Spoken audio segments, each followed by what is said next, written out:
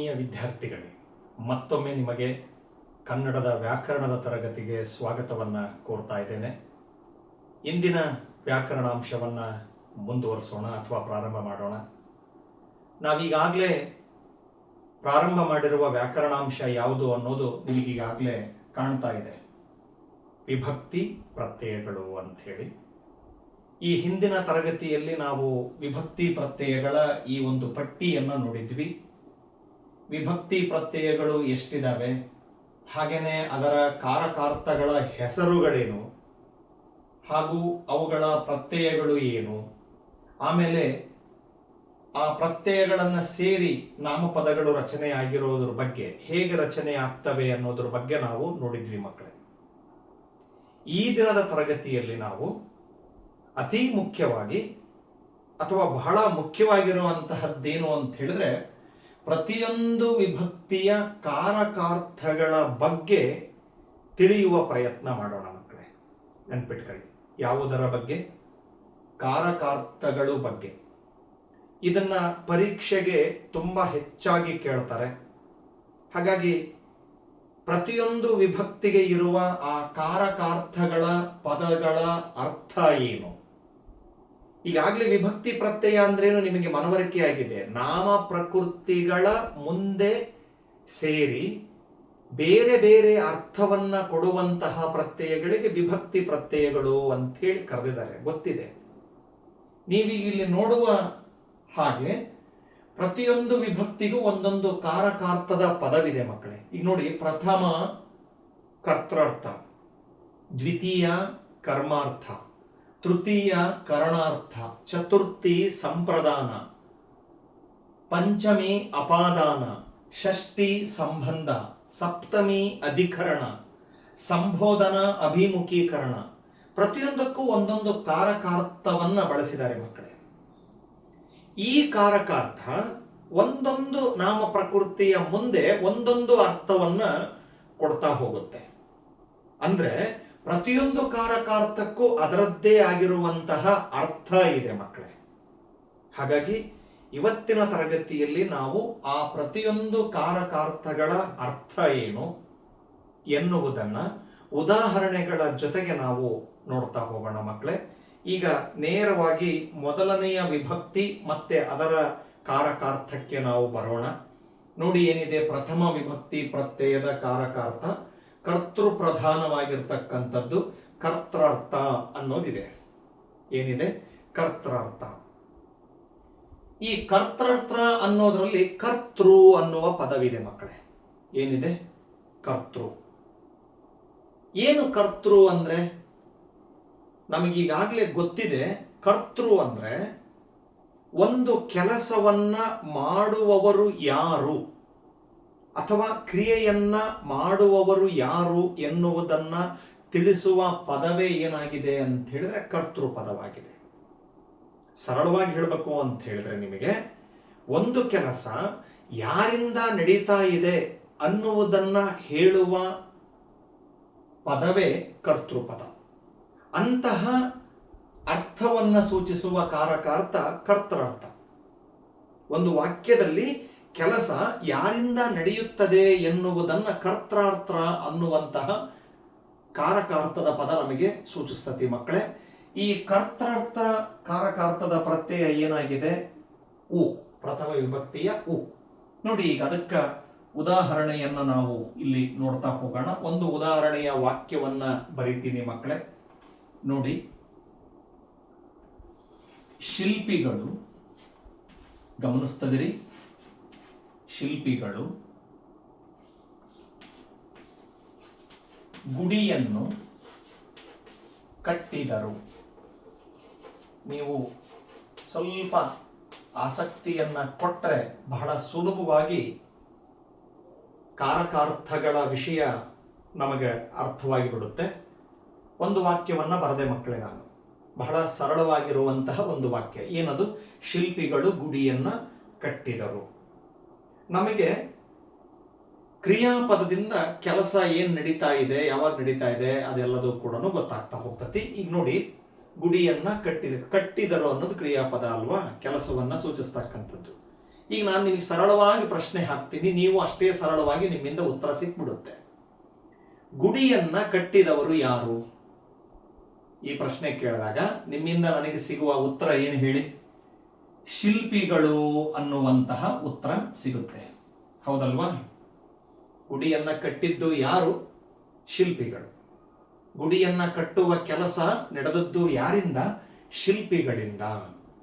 ಹಾಗಾದ್ರೆ ಇಲ್ಲಿ ಕೆಲಸವನ್ನ ಸೂಚಿಸುವ, ಅಂದ್ರೆ ಕೆಲಸವನ್ನ ಮಾಡುವವರು ಯಾರು ಅನ್ನೋದನ್ನ ಸೂಚಿಸುವ ಪದ ಈ ವಾಕ್ಯದಲ್ಲಿ ಯಾವುದಾಗಿದೆ ಅಂತ ಹೇಳಿದ್ರೆ ಶಿಲ್ಪಿಗಳು ಅನ್ನುವಂತಹ ಪದವಾಗಿದೆ.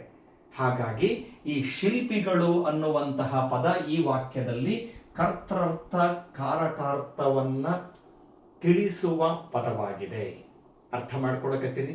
ಅಲ್ಲಿ ಶಿಲ್ಪಿಗಳು ಅನ್ನೋದ್ರಲ್ಲಿ ಕರ್ತೃರ್ಥದ ಪ್ರತ್ಯಯ ಉ, ಅಂದ್ರೆ ಪ್ರಥಮ ವಿಭಕ್ತಿ ಪ್ರತ್ಯಯದ ಉ ಪ್ರತ್ಯಯವನ್ನ ಕೊನೆಯಲ್ಲಿ ಹೊಂದಿದೆ. ಹಾಗಾಗಿ ಅದು ಏನಾಯಿತು?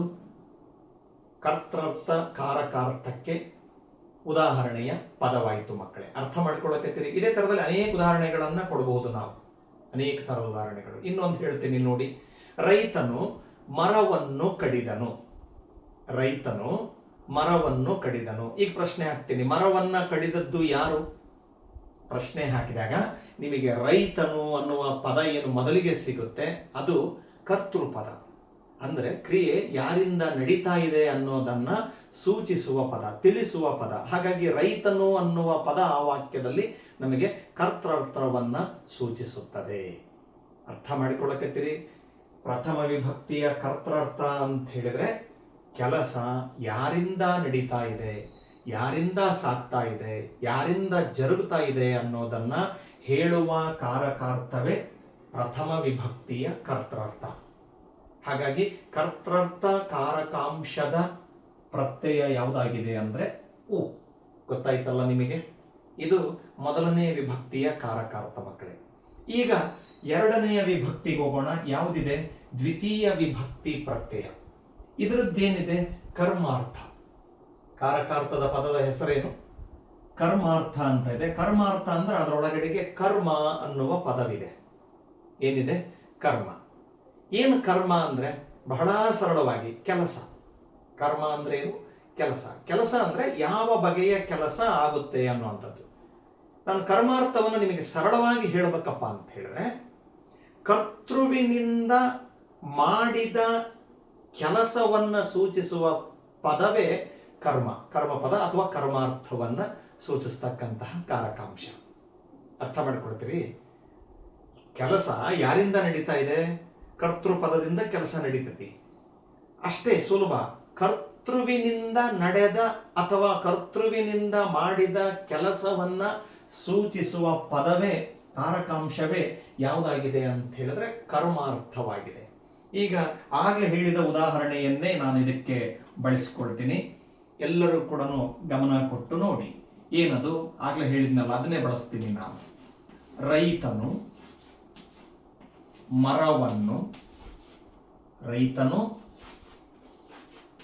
ಮರವನ್ನು ಕಡಿದನು. ನೋಡ್ತಾ ಇದ್ದೀರಲ್ಲ ಮಕ್ಕಳೇ? ರೈತನು ಮರವನ್ನು ಕಡಿದನು. ಈಗ ತಗೊಳ್ಳಿ, ಪ್ರಶ್ನೆ ಹಾಕ್ತೀನಿ ನಾನು. ರೈತನು ಏನನ್ನು ಕಡಿದನು? ನಿಮಗೆ ಒಂದು ವಾಕ್ಯದಲ್ಲಿ ಕರ್ತೃಪದ ಕರ್ಮಪದವನ್ನ ಗುರುತಿಸೋದು ತಿಳಿದಿರಬೇಕು ಮಕ್ಕಳೇ. ಬಹಳ ಸುಲಭ. ಕೆಲಸ ಯಾರಿಂದ ನಡೀತಾ ಇದೆ ಅನ್ನೋದನ್ನ ಸೂಚಿಸ್ತಕ್ಕಂಥದ್ದು ಕರ್ತೃಪದ. ಕರ್ತೃಪದ ಗೊತ್ತಾದ್ಮೇಲೆ ಆ ಕರ್ತೃವಿನಿಂದ ಯಾವ ಕೆಲಸ ನಡೀತಾ ಇದೆ, ಯಾವ ಬಗೆಯ ಕೆಲಸ ನಡೀತಾ ಇದೆ ಅನ್ನೋದನ್ನ ಸೂಚಿಸುವ ಪದವೇ ಏನು? ಕರ್ಮಪದವಾಗುತ್ತೆ. ಅಂದ್ರೆ ಕರ್ತೃ ಮಾಡಿದ ಕೆಲಸಕ್ಕೆ ಏನು ಕೆಲಸ ಮಾಡಿದ, ಯಾವ ರೀತಿಯ ಕೆಲಸ ಮಾಡಿದ ಅಂತ ಪ್ರಶ್ನೆ ಹಾಕಿಬಿಟ್ರೆ ನಮಗೆ ಸಿಗುವ ಉತ್ತರವೇ ಕರ್ಮದ ಪದವಾಗಿರ್ತದೆ. ಅದೇ ಕರ್ಮಾರ್ಥವನ್ನ ಸೂಚಿಸುವ ಕಾರಕಾಂಶವಿಲ್ಲಿ. ನೋಡಿ, ನಾನು ಪ್ರಶ್ನೆ ಹಾಕ್ತೀನಿ. ರೈತನು ಏನನ್ನ ಕಡಿದನು? ಪ್ರಶ್ನೆ ಹಾಕಿದ್ರೆ ನಿಮ್ಮಿಂದ ಸಿಗುವಂತಹ ಉತ್ತರ ಏನು ಹೇಳಿ? ಇಲ್ಲಿದೆ. ಏನದು? ಮರವನ್ನು ಅನ್ನುವಂತಹ ಉತ್ತರ ಸಿಗುತ್ತೆ, ಬರುತ್ತೆ. ಹಾಗಾಗಿ ಈ ವಾಕ್ಯದಲ್ಲಿ ಕರ್ಮಾರ್ಥವನ್ನ ಸೂಚಿಸುವ ಪದ ಯಾವುದು ಅಂತ ಹೇಳಿದ್ರೆ ಮರವನ್ನು. ಆ ಮರ ಅನ್ನುವ ನಾಮ ಪ್ರಕೃತಿಯ ಜೊತೆಗೆ ಅನ್ನು ಅನ್ನುವಂತಹ ದ್ವಿತೀಯ ವಿಭಕ್ತಿಯ ಪ್ರತ್ಯಯ ಸೇರಿದೆ. ಕರ್ಮಾರ್ಥವನ್ನ ಸೂಚಿಸುವ ಪ್ರತ್ಯಯ ಯಾವುದು? ಅನ್ನು, ದ್ವಿತೀಯ ಗೊತ್ತಿರಬೇಕು. ಯಾವ ಬಗೆಯ ಕೆಲಸ ಕರ್ತೃವಿನಿಂದ ನಡೀತಾ ಇದೆ. ಇನ್ನೊಂದು ಉದಾಹರಣೆಯನ್ನು ನಿಮಗೆ ಕೊಡೋದಾಯಿತು ಅಂದ್ರೆ ಹೇಳ್ತೀನಿ, ಗಮನ ಕೊಡಿ. ಮಕ್ಕಳು ಹಾಡನ್ನು ಹಾಡಿದರು. ಮಕ್ಕಳು ಹಾಡನ್ನು ಹಾಡಿದರು. ನೋಡಿ, ಆ ವಾಕ್ಯದಲ್ಲಿ ಮಕ್ಕಳು ಏನನ್ನ ಹಾಡಿದರು ಅಂದಾಗ ನಿಮ್ಮಿಂದ ಬರೋ ಉತ್ತರ ಏನು? ಹಾಡನ್ನು ಅನ್ನೋ ಉತ್ತರ ಬರುತ್ತೆ ತಾನೆ. ಹಾಗಾಗಿ ಹಾಡನ್ನು ಅನ್ನೋದು ಅಲ್ಲಿ ಏನಾಗಿಬಿಡ್ತತಿ? ಕರ್ಮ ಪದವಾಗುತ್ತೆ. ಅಂದ್ರೆ ಹಾಡು ಅನ್ನುವ ನಾಮ ಪ್ರಕೃತಿಯ ಮುಂದೆ ಅನ್ನು ಅನ್ನುವ ದ್ವಿತೀಯ ವಿಭಕ್ತಿ ಪ್ರತ್ಯಯ ಒಳಗೊಂಡಿರತಕ್ಕಂಥದ್ದು ಕರ್ಮಾರ್ಥವನ್ನ ಸೂಚಿಸುವ ಪದವಾಗುತ್ತೆ. ಅರ್ಥ ಮಾಡ್ಕೊಂಡ್ರಲ್ಲ? ಕರ್ಮಾರ್ಥ ಅಂದ್ರೆ ಕರ್ತೃವಿನಿಂದ ನಡೆಯುವ ಕೆಲಸವನ್ನ ಸೂಚಿಸುವ ಪದವೇ, ಮಾಡಿದ ಕೆಲಸವನ್ನ ಸೂಚಿಸುವ ಕಾರಕಾಂಶವೇ ಕರ್ಮಾರ್ಥ ಎನ್ನುವಂತಹ ಕಾರಕಾಂಶವಾಗಿದೆ ಮಕ್ಕಳೇ. ಅರ್ಥ ಮಾಡಿಕೊಂಡ್ರಿ? ಇದು ತೃತೀಯ ವಿಭಕ್ತಿದು. ಇನ್ನು ಮುಂದಕ್ಕೆ ಹೋಗೋಣ. ತೃತೀಯ ವಿಭಕ್ತಿ ಪ್ರತ್ಯಯ ಇದರದ್ದೇನಿದೆ? ಕರಣ ಅಥವಾ ಕರಣಾರ್ಥ ಅನ್ನುವಂಥದ್ದಿದೆ. ಪುಸ್ತಕದಲ್ಲಿ ಕರಣಾರ್ಥ ಅನ್ನೋದು ತೃತೀಯ ವಿಭಕ್ತಿಯ ಕಾರಕಾರ್ಥ. ನಾನು ಅದನ್ನ ಉದಾಹರಣೆ ಹೇಳೋಕ್ಕಿಂತ ಮುಂಚೆ ಮಕ್ಕಳೇ, ಆ ಪದಕ್ಕೆ ಒಂದು ಅರ್ಥ ಇದೆ, ಅದನ್ನು ಹೇಳ್ಬಿಡ್ತೀನಿ. ಕರಣಾರ್ಥ ಅನ್ನೋದ್ರಲ್ಲಿ ಏನಿದೆ? ಕರಣ ಅನ್ನೋ ಪದ ಬರ್ತತಿ. ಕರಣ ಅಂದ್ರೆ ನಮಗೆ ಸಂದರ್ಭಕ್ಕೆ ತಕ್ಕಂತೆನೆ 2-3 ಅರ್ಥಗಳನ್ನು ಕೊಡ್ತತಿ. ಒಂದು, ಕರಣ ಅಂದ್ರೆ ಇಲ್ಲಿ ನೇರವಾಗಿ ಸಾಧನ ಅನ್ನುವಂತಹ ಪದ ಮಕ್ಕಳೇ. ಏನು? ಸಾಧನ ಅಂದ್ರೆ ಕೆಲಸ ಮಾಡುವಂತಹ ಕರ್ತೃ, ಕೆಲಸ ಯಾರು ಮಾಡ್ತಾ ಇರ್ತಾನೋ ಆ ವ್ಯಕ್ತಿ ಅಥವಾ ವಸ್ತು ತನ್ನ ಕೆಲಸಕ್ಕೆ ಯಾವುದಾದರೂ ಒಂದು ವಸ್ತುವನ್ನ, ಉಪಕರಣವನ್ನ ಬಳಸಿದರೆ ಅದು ನಮಗೆ ಸಾಧನವಾಗಿ ಇಲ್ಲಿ ಅರ್ಥ ಕೊಡುತ್ತೆ ಮಕ್ಕಳೇ. ಕಾರಣ ಅಂದ್ರೆ ಸಾಧನ. ಇನ್ನೂ ಒಂದರ್ಥ ಕಾರಣ ಅನ್ನುವ ಅರ್ಥನೂ ಇರುತ್ತೆ. ಈಗ ಯಾವುದಾದ್ರೂ ಒಂದು ಕ್ರಿಯೆ ನಡಿಬೇಕಂದ್ರೆ ಅದಕ್ಕೊಂದು ಕಾರಣ ಬೇಕಲ್ಲ. ಕಾರಣ ಅಂದ್ರೆ ಕಾರಣ ಅನ್ನುವ ಅರ್ಥನೂ ಕೊಡ್ತತಿ ಒಂದು ಸಂದರ್ಭಕ್ಕೆ. ಇಲ್ಲಿ ಮುಖ್ಯವಾಗಿ ಸಾಧನ ಅನ್ನುವಂತಹ ಅರ್ಥನೂ ಕೂಡ ಕೊಡುತ್ತೆ ಮಕ್ಕಳೇ. ಈಗ ನೋಡಿ, ಅದಕ್ಕೊಂದು ಉದಾಹರಣೆಯನ್ನ ನಾನಿಲ್ಲಿ ಕೊಡ್ತಾ ಹೋಗ್ತೀನಿ. ಯಾವುದಕ್ಕೆ? ತೃತೀಯ ವಿಭಕ್ತಿಯ ಪ್ರತ್ಯಯಕ್ಕೆ ಕರಣಾರ್ಥ ಅನ್ನುವಂತಹ ಕಾರಕಾಂಶದ ಕಾರಕರ್ತಕ್ಕೆ ನಾನು ಒಂದು ಉದಾಹರಣೆಯನ್ನ ಈಗ ಕೊಡ್ತೀನಿ. ನೋಡಿ ಏನೈತಿ.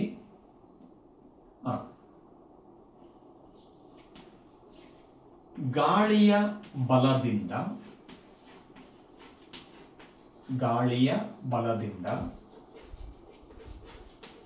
ಬಾಗಿಲು ಮುಚ್ಚಿತು.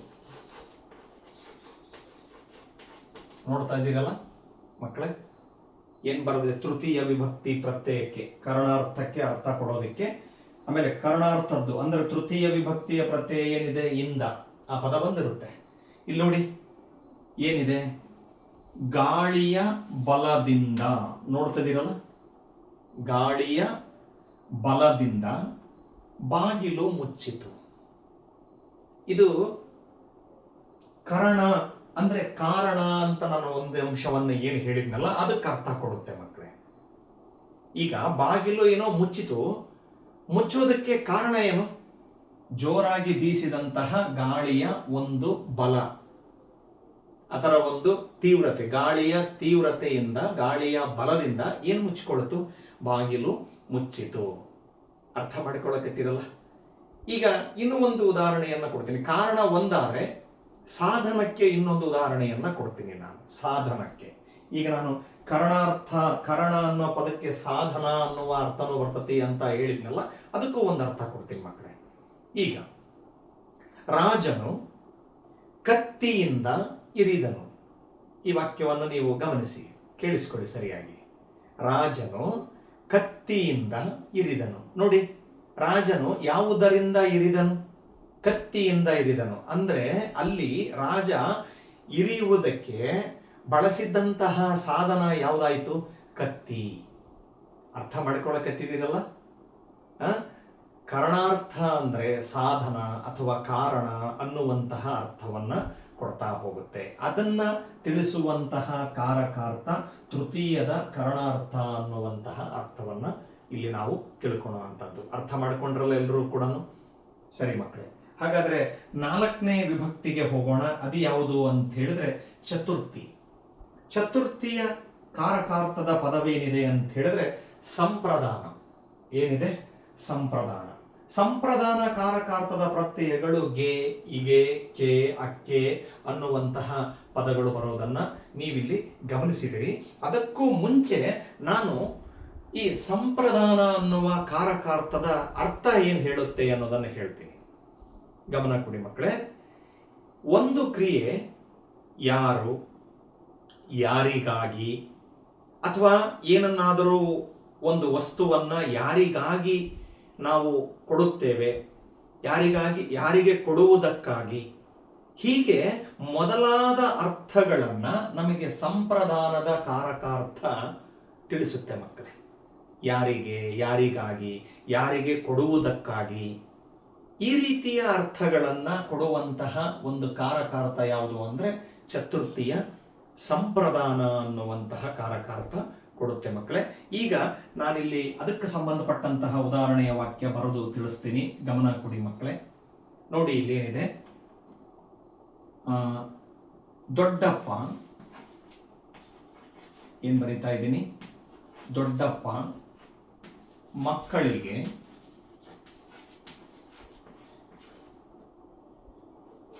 ಸಿಹಿ ಹಂಚಿದರು. ಸರಿಯಾಗಿ ಗಮನಿಸ್ತದಿರಿ ಮಕ್ಕಳೇ. ನೋಡಿ ಎಷ್ಟು ಸರಳವಾಗಿರೋ ವಾಕ್ಯ ಇದೆ. ದೊಡ್ಡಪ್ಪ ಮಕ್ಕಳಿಗೆ ಸಿಹಿ ಹಂಚಿದರು. ಇಲ್ಲಿ ನೋಡಿ, ನಮಗೆ ಗೆ ಅನ್ನುವಂತಹ ಆ ಚತುರ್ಥಿ ವಿಭಕ್ತಿಯ ಪ್ರತ್ಯಯ ಸೇರ್ಕೊಂಡಿರೋದು ಯಾವುದರಲ್ಲಿ? ಮಕ್ಕಳಿಗೆ. ಮಕ್ಕಳು ಅನ್ನೋದ್ರ ಜೊತೆಯಲ್ಲಿ ಗೆ ಅನ್ನುವಂತಹ ಚತುರ್ಥಿ ವಿಭಕ್ತಿಯ ಪ್ರತ್ಯಯ ಸೇರ್ಕೊಂಡಿದೆ. ಅರ್ಥ ಮಾಡ್ಕೊಳ್ಳಕತ್ತೀರಿ? ನಮಗಿಲ್ಲಿ ನೋಡಿ, ಯಾರಿಗೆ, ದೊಡ್ಡಪ್ಪ ಸಿಹಿ ಹಂಚಿದ್ದು ಯಾರಿಗೆ, ಯಾರಿಗೆ ಕೊಡಲಾಗ್ತಾ ಇದೆ, ಯಾರಿಗೆ ಕೊಟ್ಟರು? ಮಕ್ಕಳಿಗೆ ಅನ್ನುವಂತಹ ಅರ್ಥ ಕೊಡ್ತಾ ಇದೆನೋ. ಒಂದು ಕ್ರಿಯೆ ಯಾರಿಗೆ, ಯಾರಿಗೋಸ್ಕರ, ಯಾರಿಗೆ ಕೊಡಲಾಗುತ್ತದೆ ಅನ್ನುವ ಅರ್ಥವನ್ನ ಕೊಡುವಲ್ಲಿ ನಮಗೆ ಚತುರ್ಥಿಯ ಸಂಪ್ರದಾನ ಅನ್ನುವಂತಹ ಕಾರಕಾರ್ಥ ಅರ್ಥವನ್ನ ತಿಳಿಸುತ್ತೆ. ಸಂಪ್ರದಾನ ಅಂದ್ರೆ ಗೊತ್ತಾಯ್ತಲ್ಲ, ಕ್ರಿಯೆ ಯಾರಿಗೋಸ್ಕರ ನಡೀತಾ ಇದೆ, ಯಾರಿಗಾದ್ರೂ ಏನಾದ್ರೂ ಕೊಡ್ತಾ ಇದೀವಾ ಅನ್ನೋದನ್ನ ತಿಳಿಸುವಂತಹ ಕಾರಕಾರ್ಥ ಯಾವುದಾಗಿದೆ ಅಂದ್ರೆ ಮಕ್ಕಳೇ, ಚತುರ್ಥಿ ವಿಭಕ್ತಿಯ ಕಾರಕಾರ್ಥವಾಗಿದೆ ಸಂಪ್ರದಾನ. ಅರ್ಥ ಮಾಡಿಕೊಂಡ್ರಲ್ಲ? ಸಂಪ್ರದಾನದ ಪ್ರತ್ಯಯಗಳು ಗೆ, ಹೀಗೆ, ಕೆ, ಅಕ್ಕೆ ಅನ್ನುವಂತಹ ಪದಗಳನ್ನ ನಾವು ಸಂದರ್ಭೋಚಿತವಾಗಿ ವಾಕ್ಯಗಳಲ್ಲಿ ಬಳಸ್ತಾ ಹೋಗ್ತೀವಿ. ಇದು 4ನೇದು ಮಕ್ಕಳೇ, ಚತುರ್ಥಿದು. ಇನ್ನ 5ನೆಯ ಪಂಚಮಿ ವಿಭಕ್ತಿ ಪ್ರತ್ಯಯಕ್ಕೆ ಬರೋಣ. ಏನಿದೆ ಪಂಚಮಿದು? ಅಪಾದಾನ ಅಂತ ಇದೆ. ಏನಿದೆ? ಅಪಾದಾನ. ಮೊದಲು ಆ ಪದದ ಅರ್ಥವನ್ನ ಮನಗಾಣ್ರಿ ಮಕ್ಕಳೇ. ಯಾವುದ್ರ ಪದ? ಅಪಾದಾನ. ಅಪಾದಾನ ಅಂದ್ರೆ ಅದಕ್ಕೆ ಒಂದೇ ಪದದಲ್ಲಿ ನಿಮಗೆ ಉತ್ತರವನ್ನ ಕೊಡಬೇಕು ಅಂದ್ರೆ ಅಗಲಿಕೆಯನ್ನ ತೋರ್ಪಡಿಸುವಂಥದ್ದು, ತಿಳಿಸುವಂಥದ್ದು. ಅಪಾದಾನ ಅಂದ್ರೆ ಏನು? ಅಗಲಿಕೆ. ಅಗಲಿಕೆ ಅನ್ನೋ ಒಂದು ಪದ ನಿಮಗೆ ಅರ್ಥ ಆಗಲಿಲ್ಲ ಅಂದ್ರೆ ಅದಕ್ಕೆ ಇನ್ನೊಂದೆರಡು ಪದಗಳನ್ನ ಉದಾಹರಣೆ ಕೊಡ್ತೀನಿ ನಾನು, ಸಮಾನಾರ್ಥಕ. ಏನು? ಬೇರ್ಪಡಿಸುವುದು. ಒಬ್ಬ ವ್ಯಕ್ತಿಯಿಂದ ಇನ್ನೊಬ್ಬ ವ್ಯಕ್ತಿಯನ್ನ ಅಥವಾ ಒಂದು ವಸ್ತುವಿನಿಂದ ಇನ್ನೊಂದು ವಸ್ತುವನ್ನ ಬೇರ್ಪಡಿಸುವುದು. ಬೇರ್ಪಡಿಸುವುದು ಅನ್ನುವ ಪದನೂ ಅರ್ಥ ಆಗಲಿಲ್ಲ ನಾನು ಇನ್ನೊಂದು ಪದ ಹೇಳ್ತೀನಿ, ದೂರ ಮಾಡುವುದು.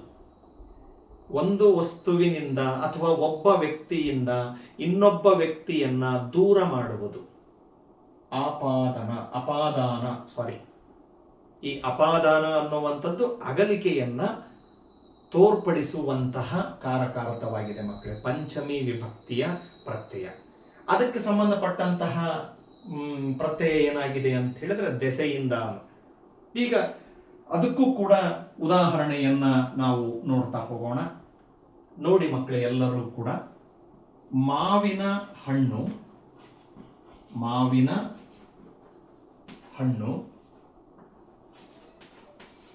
ಮರದ ದೆಸೆಯಿಂದ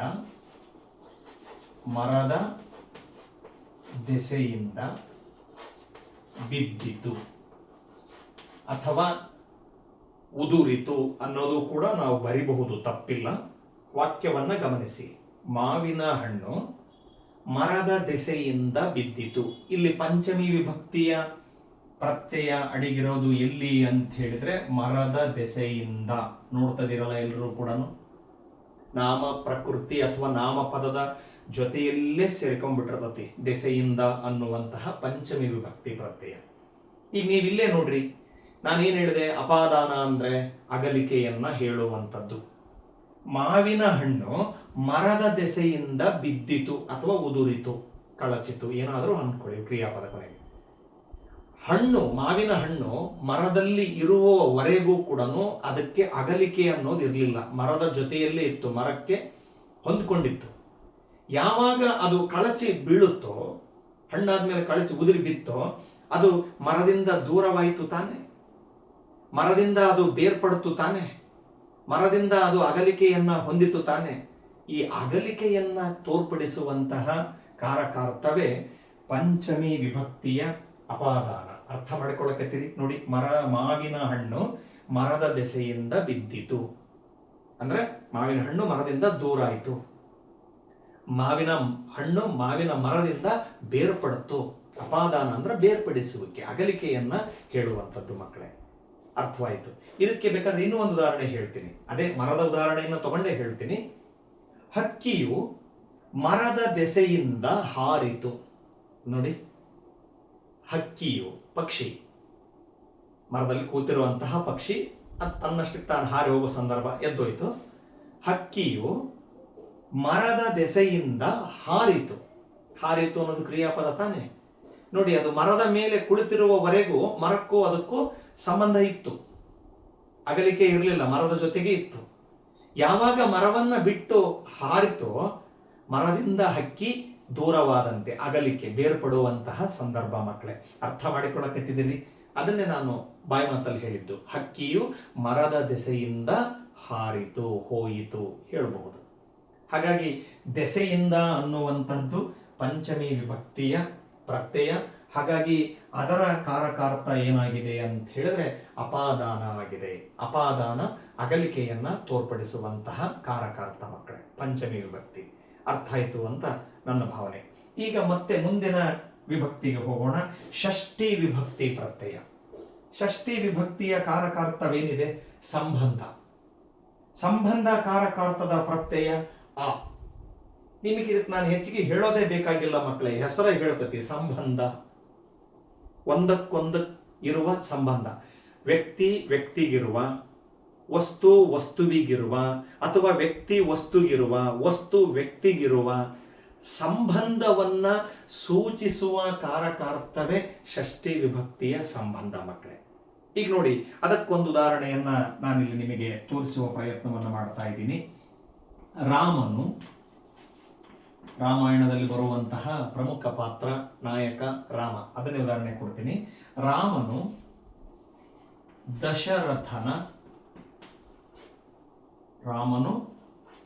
ದಶರಥನ ಮಗ.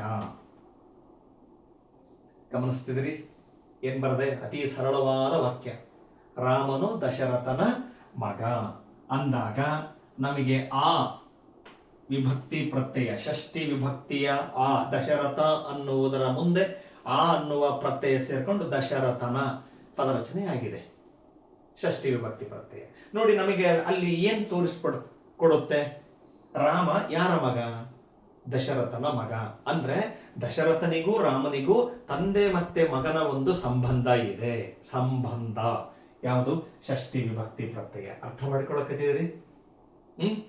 ವ್ಯಕ್ತಿ ವ್ಯಕ್ತಿಗೂ, ವ್ಯಕ್ತಿ ಅಥವಾ ವಸ್ತುವಿಗೂ, ಅದಕ್ಕೂ ಕೂಡ ಒಂದು ಉದಾಹರಣೆ ಹೇಳ್ತೀನಿ ಮಕ್ಕಳೇ, ನೇರವಾಗಿ ಹೇಳ್ತೀನಿ. ಇದು ಅರಸನ ಮನೆ. ಇನ್ನೊಂದು ವಾಕ್ಯ ಕೊಡ್ತಾ ಇದ್ದೀನಿ ನಾನು, ಬರೇ ಬಾಯಿ ಮಾತಲ್ಲಿ ಹೇಳ್ತಾ ಇದ್ದೀನಿ. ಇದು ಅರಸನ ಮನೆ.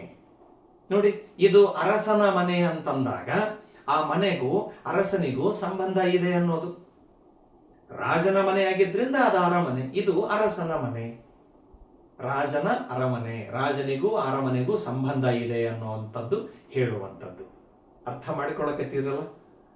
ಹೀಗೆ ವ್ಯಕ್ತಿ ವ್ಯಕ್ತಿಗಳಾಗಿರಬಹುದು, ವಸ್ತು ವಸ್ತುಗಳಾಗಿರಬಹುದು, ಅವುಗಳ ನಡುವಿನ ಸಂಬಂಧವನ್ನ ಸೂಚಿಸುವ ಕಾರಕಾರ್ಥ ಯಾವುದಾಗಿದೆ ಅಂತ ಹೇಳಿದ್ರೆ ಷಷ್ಠಿ ವಿಭಕ್ತಿಯ ಕಾರಕಾರ್ಥವಾಗಿದೆ ಮಕ್ಕಳೇ.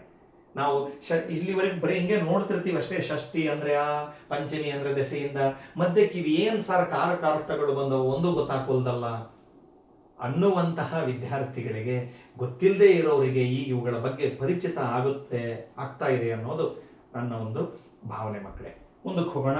ಇನ್ನ ನೆಕ್ಸ್ಟ್ ಮುಂದಕ್ಕೆ ಯಾವ್ದಿದೆ? ಸಪ್ತಮಿ, 7ನೆಯ ವಿಭಕ್ತಿ ಪ್ರತ್ಯಯ ಸಪ್ತಮಿ. ಇದರ ಕಾರಕಾರ್ಥ ಅಧಿಕರಣ.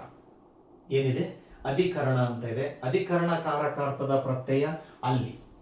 ಇದು ಅಧಿಕರಣ ಅಂದ್ರೆ ಏನು? ಮೊದಲು ಅದನ್ನೂ ಕೂಡ ಒಂದು ಅರ್ಥ ಹೇಳ್ತೀನಿ ಮಕ್ಕಳೇ. ಅಧಿಕರಣ ಅನ್ನೋ ಕಾರಕಾರ್ಥದ ಅರ್ಥ ಏನು ಅಂದ್ರೆ, ಕ್ರಿಯೆಗೆ ಆಧಾರವಾಗಿರುವ ಅಂಶವೇ ಅಧಿಕರಣ. ಒಂದ್ ಸಾಲಲ್ಲಿ ಅಧಿಕರಣಕ್ಕೆ ಡೆಫಿನೇಷನ್ ಹೇಳೋದಾದ್ರೆ, ವ್ಯಾಖ್ಯಾನ ಹೇಳೋದಾದ್ರೆ, ಮತ್ತೊಂದು ಬಾರಿ ಹೇಳ್ತೀನಿ. ಕ್ರಿಯೆಗೆ ಯಾವುದು ಆಧಾರವಾಗಿರುತ್ತದೆಯೋ, ಆಧಾರ ಅಂದ್ರೆ ಡಿಪೆಂಡ್, ಅರ್ಥ ಆಗ್ತಲ್ಲ. ಒಂದು ಕ್ರಿಯೆ ಅದನ್ನು ಮುಖ್ಯವಾಗಿ ಆಧಾರವಾಗಿ ಇಟ್ಕೊಂಡು ನಡೀತಾ ಇದೆ ಅನ್ನುವಂತಹ ಅಂಶವನ್ನ ಸೂಚಿಸುವ ಕಾರಕಾರ್ಥವೇ ಅಧಿಕರಣ. ಇನ್ನು ಒಂದು ಮಾತಲ್ಲಿ ನಿಮಗೆ ಸರಳವಾಗಿ ಹೇಳಬೇಕು ಅಂದ್ರೆ, ಅಧಿಕರಣ ಅಂದ್ರೆ ಒಂದು ಕ್ರಿಯೆ ನಡೆಯುವಂತಹ ಸ್ಥಳ, ಜಾಗ. ಅರ್ಥ ಮಾಡ್ಕೊಳಕತ್ತೀರಿ ಮಕ್ಕಳೇ? ಒಂದು ಕ್ರಿಯೆ ಎಲ್ಲಿ ನಡೀತಾ ಇದೆ, ಕ್ರಿಯೆ ನಡೆಯುವ ಸ್ಥಳವನ್ನು ಹಾಗೂ ಆ ಕ್ರಿಯೆ ನಡೆಯುವ ಪರಿಸ್ಥಿತಿ ಅಥವಾ ಸನ್ನಿವೇಶವನ್ನ ಸೂಚಿಸುವ ಕಾರಕಾರ್ಥ ಅಧಿಕರಣವಾಗಿದೆ ಮಕ್ಕಳೇ. ಇದು ನಿಮಗೆ ಸರಳವಾಗಿ ಅರ್ಥ ಆಗ್ಬೋದು. ಅದಕ್ಕೆ ನಾನು ಉದಾಹರಣೆಗೆ ಹೋಗ್ಬಿಡ್ತೀನಿ ಅರ್ಥಪಡಿಸೋದಕ್ಕೆ. ನೋಡಿ, ಕ್ರಿಯೆ ನಡೆಯುವ ಸ್ಥಳ ಅಥವಾ ಸನ್ನಿವೇಶ, ಪರಿಸ್ಥಿತಿ ಅಂತ ಹೇಳ್ತಾ ಇದ್ದೀನಿ.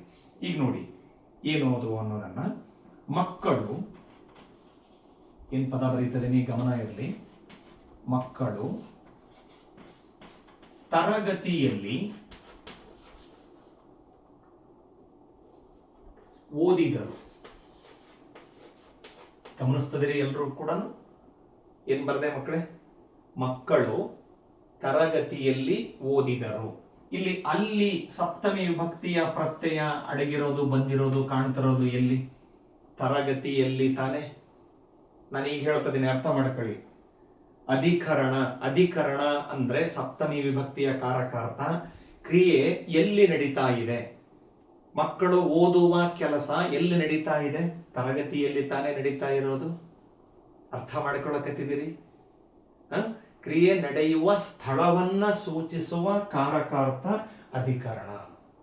ಅರ್ಥ ಆಯ್ತು ಅಂತ ಅನ್ಕೊಳ್ತೀನಿ. ಕ್ರಿಯೆ ಎಲ್ಲಿ ನಡೀತಾ ಇದೆ, ಕ್ರಿಯೆ ಎಲ್ಲಿ ನಡೀತಾ ಇದೆ, ಇದು ಒಂದು ಅರ್ಥ ಮಕ್ಕಳೇ.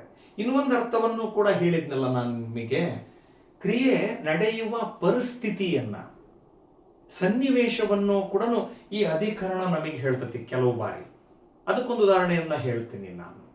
ನೋಡಿ, ಮಕ್ಕಳು ಮಳೆಯಲ್ಲಿ ನೆನೆದರು. ಮಕ್ಕಳು ಮಳೆಯಲ್ಲಿ ನೆನೆದರು. ನೋಡಿ, ಮಕ್ಕಳು ನೆಂದ್ಕೊಂಡು ಬಂದ್ರು, ತೊಯಿಸ್ಕೊಂಡು ಬಂದ್ರು ಮಳೆಯಲ್ಲಿ. ಆ ತೊಯಿಸ್ಕೊಂಡು ಬಂದದ್ದು ಮಳೆಯಲ್ಲಿ ಸ್ಥಳವನ್ನ ಹೇಳಿದರೂ ಕೂಡ ಅದು ಸಂದರ್ಭ, ಸನ್ನಿವೇಶವನ್ನ ಹೇಳ್ತದೆ. ಮಕ್ಕಳು ನೆನೆದದ್ದು ಯಾವುದಕ್ಕೋಸ್ಕರ ಅಂತ ಹೇಳಿದ್ರೆ, ಮಳೆ ಬರುವ ಪರಿಸ್ಥಿತಿ ಇದ್ದುದರಿಂದ. ಸನ್ನಿವೇಶ ಮಕ್ಕಳೇ, ಪರಿಸ್ಥಿತಿ. ಅಧಿಕರಣ ಅಂದ್ರೆ ಕೆಲಸ ನಡೆಯುವ ಪರಿಸ್ಥಿತಿಯನ್ನು ಕೂಡ ನಮಗೆ ಈ ಕಾರಕಾರ್ಥ ತಿಳಿಸಿಕೊಡುತ್ತೆ ಮಕ್ಕಳೇ. ಇನ್ನೂ ಒಂದು ಉದಾಹರಣೆಯನ್ನ ಸರಳವಾಗಿ ಹೇಳ್ತೀನಿ ಪರಿಸ್ಥಿತಿಗೆ. ನನ್ನ ಗೆಳೆಯ ನನ್ನ ಕಷ್ಟ ಕಾಲದಲ್ಲಿ ಸಹಾಯ ಮಾಡಿದನು, ಅಥವಾ ನನಗೆ ಕಷ್ಟದಲ್ಲಿ ಗೆಳೆಯ ಸಹಾಯ ಮಾಡಿದನು. ನನಗೆ ಕಷ್ಟದಲ್ಲಿ, ಕಷ್ಟದಲ್ಲಿ ಅಂದಾಗ ನನಗೆ ಎದುರಾಗಿರುವ ಕಷ್ಟದ ಪರಿಸ್ಥಿತಿ. ಅರ್ಥ ಮಾಡ್ಕೊಳಕತ್ತೀರಿ? ಕಷ್ಟದ ಪರಿಸ್ಥಿತಿಯಲ್ಲಿ ನನ್ನ ಗೆಳೆಯ ನನಗೆ ಸಹಾಯ ಮಾಡಿದ. ಕಷ್ಟದಲ್ಲಿ ಅಂದಾಗೂ ಕೂಡ ಅಲ್ಲಿ ವಿಭಕ್ತಿ ಪ್ರತ್ಯಯ ಸಪ್ತಮಿ ಸೇರಿದೆ. ಅರ್ಥವಿರಬೇಕಿತ್ತು ನಿಮಗೆ. ಹಾಗಾಗಿ ನಮಗೆ ಅಧಿಕರಣ ಅನ್ನುವ ಕಾರಕಾರ್ಥ, ಸಪ್ತಮಿ ವಿಭಕ್ತಿಯ ಕಾರಕಾರ್ಥ ಹೇಳುವುದು ಏನನ್ನ ಅಂತಂದ್ರೆ, ಕ್ರಿಯೆ ನಡೆಯುವ ಸ್ಥಳ ಅಥವಾ ಕ್ರಿಯೆ ನಡೆಯುವ ಪರಿಸ್ಥಿತಿ ಎಂಥದ್ದು ಅನ್ನೋದನ್ನ ನಮಗೆ ಈ ಅಧಿಕರಣ ಅನ್ನುವ ಕಾರಕಾರ್ಥ ತಿಳಿಸಿಕೊಡುತ್ತೆ ಮಕ್ಕಳೇ. ಹಾಗಾಗಿ ಈ ಅಧಿಕರಣ ಕಾರಕಾರ್ಥದ ಪ್ರತ್ಯಯ ಯಾವುದು ಅಂತ ಹೇಳಿದ್ರೆ ಅಲ್ಲಿ. ನಮಗೆ ಆ ಅರ್ಥವನ್ನ ಸೂಚಿಸುವ ಪದದಲ್ಲಿ ಅಲ್ಲಿ ಅನ್ನುವಂತಹ ಪ್ರತ್ಯಯ ಅಡಗಿಬಿಟ್ಟಿರ್ತದೆ. ಈಗ ಮಕ್ಕಳೇ 7 ವಿಭಕ್ತಿ ಪ್ರತ್ಯಯಗಳಾದವು. ಇವು ಮಾತ್ರ ನಮ್ಮ ಅಭ್ಯಾಸಕ್ಕಿರೋದು ಕನ್ನಡದಲ್ಲಿ. 8ನೇದೊಂದಿದೆ, ಅದನ್ನು ಕೂಡ ನಿಮಗೆ ತಿಳಿಸ್ತೀನಿ. ಇದು ಸಂಸ್ಕೃತದಲ್ಲಿ ಮಾತ್ರ ಬಳಕೆಯಲ್ಲಿರೋದು, ಸಂಬೋಧನಾ ಅನ್ನುವಂಥದ್ದು. ಇದರ ಕಾರಕಾರ್ಥ ಏನು ಅಂತ ಹೇಳಿದ್ರೆ ಅಭಿಮುಖೀಕರಣ. ನೋಡ್ತಿದ್ದೀರಲ್ಲ ಏನಿದೆ, ಅಭಿಮುಖೀಕರಣ. ಮೊದಲು ಅದರ ಅರ್ಥ ಹೇಳ್ಬಿಡ್ತೀನಿ ಮಕ್ಕಳೇ, ನಾನು ನೆನ್ಪಿಟ್ಕೊಳ್ಳಿ. ಅಭಿಮುಖೀಕರಣ ಅನ್ನೋದ್ರಲ್ಲಿ ಮೊದಲ 4 ಅಕ್ಷರ ತಗೊಳ್ಳೋಣ. ಅಭಿಮುಖ ಏನು? ಅಭಿಮುಖ. ಅಭಿಮುಖ ಅಂದ್ರೆ ಒಬ್ಬರಿಗೆ ಎದುರಾಗಿ ನಿಲ್ಲುವಂಥದ್ದು ಆಕ್ಚುಲಿ ಅರ್ಥ ಅದಕ್ಕೆ. ಈಗ ನೋಡಿ, ನೀವು ತರಗತಿಯಲ್ಲಿ ಕೂತಾಗ ಯಾವ ದಿಕ್ಕಿನ ಕಡೆಗೆ ನೀವು ಮುಖ ಮಾಡಿ ಕೂಡ್ತೀರಿ ಅಂದ್ರೆ, ನಿಮ್ಮ ಶಿಕ್ಷಕರು ನಿಂತು ಪಾಠ ಮಾಡುವ ದಿಕ್ಕು ಅಂದ್ರೆ ಬ್ಲ್ಯಾಕ್ ಬೋರ್ಡ್ ಇರುವ ಕಡೆಗೆ ನೀವು ಮುಖ ಮಾಡಿ ಕೂಡ್ತೀರಿ ಅಲ್ವಾ? ಶಿಕ್ಷಕರಿಗೆ ಎದುರಾಗಿ, ಬೋರ್ಡಿಗೆ ಎದುರಾಗಿ ಅಭಿಮುಖ. ದಿಕ್ಕಿಗೆ ಎದುರಾಗಿ ಇರುವುದಕ್ಕೆ, ದಿಕ್ಕಿಗೆ ಎದುರಾಗಿ ಕುಳಿತುಕೊಳ್ಳುವ ಅಥವಾ ದಿಕ್ಕಿಗೆ ಎದುರಾಗಿ ನೋಡುವ ಪ್ರಸಂಗಕ್ಕೆ ಅಭಿಮುಖ ಅನ್ನೋ ಪದಕ್ಕೆ ಅರ್ಥವನ್ನ ಸೂಚಿಸ್ತದೆ ಒಂದು. ಆಮೇಲೆ ಅಭಿಮುಖೀಕರಣ ಅನ್ನೋ ಈ ಒಂದು ಕಾರಕಾರ್ಥ ನಮಗಿಲ್ಲಿ ವಿಭಕ್ತಿ ಪ್ರತ್ಯಯಗಳಿಗೆ ಕೊಡುವ ನೇರ ಅರ್ಥ ಅಂತ ಹೇಳಿದ್ರೆ, ಒಂದು ಕೆಲಸಕ್ಕೆ ಯಾರನ್ನಾದರೂ ಕರೆಯುವಂತಹ ಅರ್ಥ, ಆಹ್ವಾನ ಕೊಡೋದು. ಕ್ರಿಯೆಗೆ ಯಾರನ್ನಾದರೂ ಬರಮಾಡಿಕೊಳ್ಳುವುದು, ಆಹ್ವಾನ, ಕರೆಯುವುದು. ಅಭಿಮುಖೀಕರಣ ಇಡೀ ಪದದ ಅರ್ಥ ಕರೆಯುವುದು. ಈಗ ಅದಕ್ಕೊಂದು ಉದಾಹರಣೆಯನ್ನು ನಾನಿಲ್ಲಿ ನಿಮಗೆ ಕೊಡ್ತೀನಿ. ಕೊನೆಯ 8ನೇದು ಏನು ಅಂತ ಹೇಳಿದ್ರೆ ನೋಡಿ, ಅಕ್ಕ ದೀರ್ಘ ಸ್ವರ ಮಾಡಿ ಎಳೆದು ಹೇಳೋ ಅಂಥದ್ದು. ಇಲ್ಲಿ ಬಾ. ಅಕ್ಕ ಇಲ್ಲಿ ಬಾ. ಅಕ್ಕ ಅಂತ ಹೇಳಿ ನಾವು ಇದನ್ನ ದೀರ್ಘ ಮಾಡಿ ಎಳೆದು ಉಚ್ಚಾರಣೆ ಮಾಡ್ತಾ ಇದೀವಿ ಮಕ್ಕಳೇ. ಅಂದಾಗ ಅಕ್ಕನನ್ನ ಕರೆಯುವಂಥದ್ದು. ಅಕ್ಕ ಇಲ್ಲಿ ಬಾ. ಏನೋ ಒಂದು ಕೆಲಸಕ್ಕೋಸ್ಕರ ಯಾರೋ ಒಬ್ರು ಕರೆದಂಗೆ. ಅಥವಾ ಇನ್ನೊಂದು ಉದಾಹರಣೆ, ಅಮ್ಮ ನನಗೆ ತಿನ್ನಲು ಏನಾದರೂ ತಿಂಡಿ ಕೊಡು. ಅರ್ಥ ಮಾಡ್ಕೊಳ್ತೀರಿ ಚಿಕ್ಕ ಮಕ್ಕಳಿದ್ದಾಗ, ಅಥವಾ ಈಗಲೂ ನೀವೇನು ಕಮ್ಮಿ ಅಲ್ಲ, ಮನೆಗೆ ಹೋದ ತಕ್ಷಣ ಈ ತರ ಅಮ್ಮನನ್ನ ಗೋಳಾಡಿಸ್ತಿರ್ತೀರಿ ಅಲ್ವಾ? ಅಮ್ಮ ನನಗೆ ತಿನ್ನಲು ಏನಾದರೂ ಕೊಡು. ಅಮ್ಮ ಅಂದಾಗ ನೀವು ಅಲ್ಲಿ ಅಮ್ಮನನ್ನ ಕರೀತಾ ಇದ್ದೀರಿ. ಅರ್ಥ ಮಾಡ್ಕೊಳಕತ್ತೀರಿ? ಬಹಳ ಸರಳ ಮಕ್ಕಳೇ. ಇಷ್ಟೇ. ಸಂಬೋಧನಾ ಅಂತಂದ್ರೆ ಅದರ ಪ್ರತ್ಯಯಗಳು ಆ, ಎ, ಇರ ಅನ್ನೋ ರೀತಿಯಲ್ಲಿ ದೀರ್ಘ ಅಕ್ಷರಗಳು ಇರ್ತವೆ. ಅದರ ಅರ್ಥ ಅಭಿಮುಖೀಕರಣ ಅನ್ನೋ ಕಾರಕಾರ್ಥದ ಅರ್ಥ ಒಂದು ಕೆಲಸಕ್ಕೆ ಯಾರನ್ನಾದರೂ ಕರೆಯುವಂಥದ್ದು, ಆಹ್ವಾನ ಕೊಡುವಂತಹ ಅರ್ಥವನ್ನ ಹೇಳುವಂಥದ್ದು ಅಭಿಮುಖೀಕರಣ ಮಕ್ಕಳೇ. ಇದು 8ನೆಯ ಸಂಬೋಧನಾ ವಿಭಕ್ತಿಯ ಕಾರಕಾರ್ಥದ ಒಂದು ಅರ್ಥ ಮಕ್ಕಳೇ. ಇಲ್ಲಿವರೆಗೂ ಮಕ್ಕಳೇ ನಿಮಗೆ ಇವಿಷ್ಟು ಎಲ್ಲ ವಿಭಕ್ತಿ ಪ್ರತ್ಯಯಗಳ ಕಾರಕಾರ್ಥಗಳು ಸಂಪೂರ್ಣವಾಗಿ ಅರ್ಥವಾಯಿತು ಅನ್ನೋದು ನನ್ನ ಒಂದು ಭಾವನೆ ಮಕ್ಕಳೇ. ಅರ್ಥವಾಗಿದೆಯಲ್ಲ ಎಲ್ರಿಗೂ ಕೂಡ? ಅವುಗಳನ್ನು ನಿಮಗೆ ನಾನು ಉದಾಹರಣೆಯ ಜೊತೆಗೆ ತೋರಿಸಿಕೊಟ್ಟಿದ್ದೀನಿ. ನೀವು ಕೂಡ ಹೇಳ್ತೀನಿ ಮಕ್ಕಳೇ, ನೆನ್ಪಿಟ್ಕೊಳ್ಳಿ. ಇಲ್ಲಿವರೆಗೂ ಬಹಳಷ್ಟು ಜನ ವಿದ್ಯಾರ್ಥಿಗಳು, ನನ್ನ ಅನಿಸಿಕೆ ಅಥವಾ ಒಂದು ಅನುಭವದ ಪ್ರಕಾರ, ಕೇವಲ ವಿಭಕ್ತಿಗಳನ್ನ ನೆನಪಿಟ್ಕೊಳ್ತೀರಿ, ಅದಕ್ಕೆ ಸಂಬಂಧಪಟ್ಟಿರ್ತಕ್ಕಂತಹ ಪ್ರತ್ಯಯಗಳನ್ನ ನೆನಪಿಟ್ಕೊಂಡಿರ್ತೀರಿ ಅಲ್ವಾ? ಬರೀ ಅದಷ್ಟನ್ನೇ ಮಾಡಬೇಡಿ. ವಿಭಕ್ತಿಗಳ ಜೊತೆಗೆ ಇನ್ನು ಮುಂದೆ ಕಾರಕಾರ್ಥಗಳನ್ನು ನೆನಪಿಡ್ರಿ, ಅದರ ಪ್ರತ್ಯಯಗಳನ್ನು ನೆನಪಿಡ್ರಿ. ಯಾಕೆ ಅಂದ್ರೆ ಪರೀಕ್ಷೆಗೆ ಬರೀ ಕೇವಲ ಪ್ರತ್ಯಯಗಳನ್ನು ಮಾತ್ರ ಕೇಳೋದಲ್ಲ, ಕಾರಕಾರ್ಥಗಳನ್ನು ಕೂಡ ಕೇಳ್ತಾರೆ. ಕೇಳಿದಾಗ ನಮಗೆ ಗುರುತಿಸೋದಿಕ್ಕೆ ಬರಬೇಕು. ಏನು ದೊಡ್ಡ ಬ್ರಹ್ಮಾಂಡದ ವಿಷಯ ಅಲ್ಲ ಕಾರಕಾರ್ಥಗಳು ಅಂದ್ರೆ. ಬಹಳ ಸರಳವಾಗಿ ನಿಮಗೆ ಅರ್ಥವಾಗಿದೆ ಅಂತ ನಾನು ಭಾವಿಸ್ತಾ ಇದ್ದೀನಿ ಮಕ್ಕಳೇ. ಇದು ವಿಭಕ್ತಿ ಪ್ರತ್ಯಯಗಳ ಕಾರಕಾರ್ಥಗಳ ವಿಷಯ ಮಕ್ಕಳೇ ಈ ದಿನದ ತರಗತಿಯಲ್ಲಿ.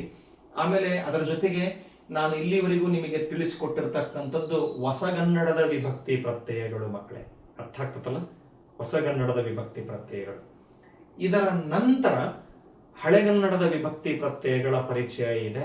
ಮುಂದಿನ ತರಗತಿಯಲ್ಲಿ ಹಳೆಗನ್ನಡದ ವಿಭಕ್ತಿ ಪ್ರತ್ಯಯಗಳನ್ನು ಕೂಡ ನಾನು ನಿಮಗೆ ಪರಿಚಯ ಮಾಡ್ತೀನಿ ಅನ್ನೋ ಮಾತನ್ನ ಹೇಳ್ತಾ ನನ್ನ ಈ ತರಗತಿಯನ್ನ ಇಲ್ಲಿಗೆ ಮುಗಿಸ್ತಾ ಇದ್ದೀನಿ.